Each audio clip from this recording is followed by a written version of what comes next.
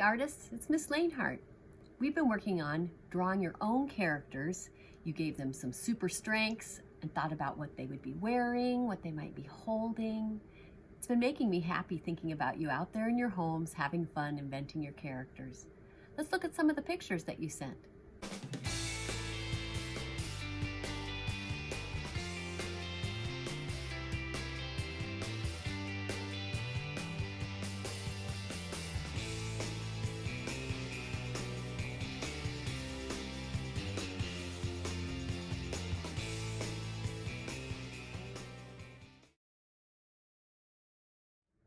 Today we're going to get started drawing comics with your characters. Let's think about what makes up a comic and help you get comfortable with drawing and writing your own comic. Comics have words and pictures like other stories do, but what's special and different about the genre of story we call comics? One thing about comics is that on a page there are often more than one picture, and they're inside those small boxes we call panels. In comics, we show what characters are saying or thinking inside of speech bubbles or thought bubbles. Look at the panels or the small pictures. Sometimes it's just a character with nothing in the background, and sometimes you can see the setting or the place where the characters are.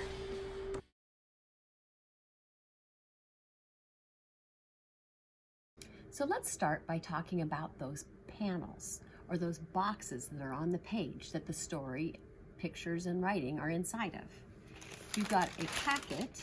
Inside your packet, you can find some pages that have panels on them.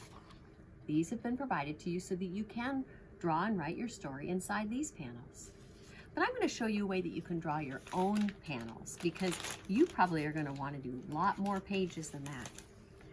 You can draw your panels and your cartoons inside your sketchbook, or you can use plain scrap paper that you can find.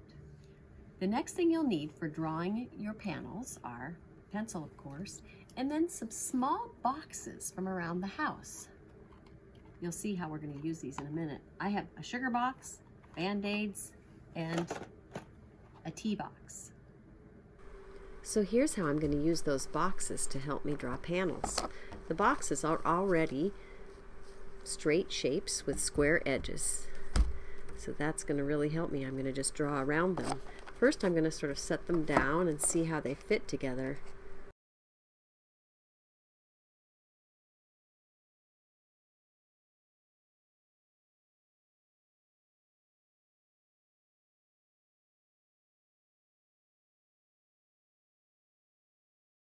And of course, you can also just hand draw the panels that you need. The lines don't even have to be straight.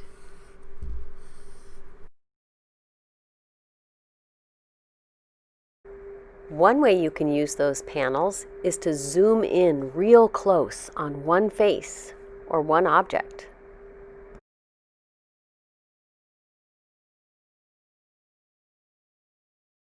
So now let's talk about how in comics we show what characters are saying or thinking inside of those speech bubbles or thought bubbles.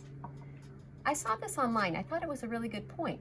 It's a problem that we often have when we make speech or thought bubbles. Maybe you make a character and you say, I want this character to be saying something. So you draw a speech bubble and then you go, oh no, that's so small, I can't fit my writing inside of that. I can't put the words in there. So what you can do instead is you make your character who you want to be doing the talking, but then instead of making the bubble first, do the writing first and make the bubble around it. Let's say I want this character to say, anybody home? And now I'm going to make the speech bubble around the writing. I do the writing first, and then I draw the bubble around it. Start at the bottom, go around, and then when you come back, leave a little gap right there, a little space, and do a curved line going towards the person doing the talking, and then back up again. And there's your speech bubble. Now, how do you make it look different if the person is thinking something, not saying it out loud? When you do a thought bubble, And one thing I think is kind of cool that I've seen in comics is you don't always have to draw the whole person. You could just draw a face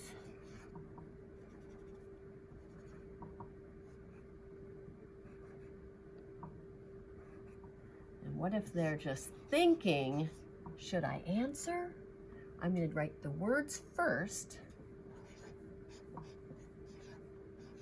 and then do the bubble around it.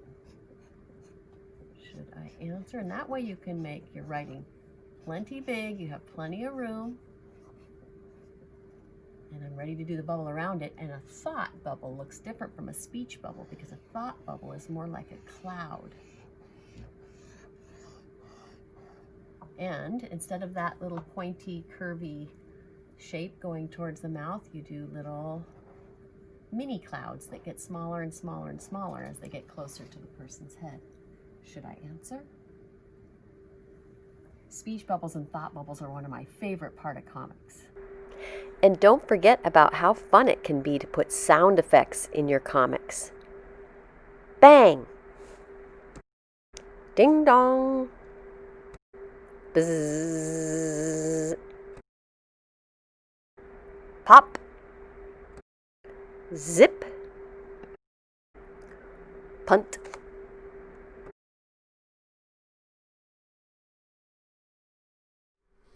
Let's talk about drawing setting. When you want to show the place where your characters are, you can make a setting with simple lines and shapes. Let's say you draw a wavy, what we call organic shape that doesn't have straight edges. This will give you the feeling that your scene or your setting is outside. When we make organic lines and shapes, it feels like it's somewhere in nature or outside. Can you imagine a scene or a setting that looks like this? What could this be? Where could your character be? Here's some more examples of outdoor settings that are more simple organic lines. So if you want to show a setting that's indoors or around buildings and streets and things that are human-made, not natural, straight lines are a good way to show those kind of settings. You can make shapes, you can make lines. It might even be a good time to use those boxes to help us create some straight edge shapes.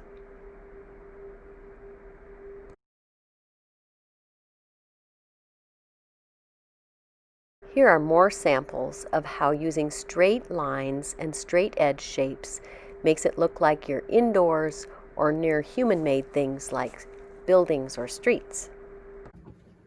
Okay, artists, now that we've thought about how we would draw those panels, those boxes on the page that we show our story in, and speech and thought bubbles that show what our characters are thinking or saying, and even some ideas about setting or place and how we can show that with simple lines and shapes. It's now time to dig in and really think of your stories about your superpowered character.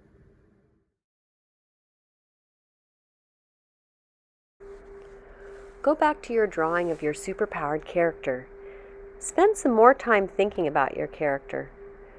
Tell someone or write your ideas down on your page. Think about the backstory. Go back in time. How did they get their super strength? And what's the story of how they got it? Do a step inside where you imagine for a moment that you are that character. What would you see as you look around? What are things you like? What are things you don't like? What do you care about? What or how would you like to help?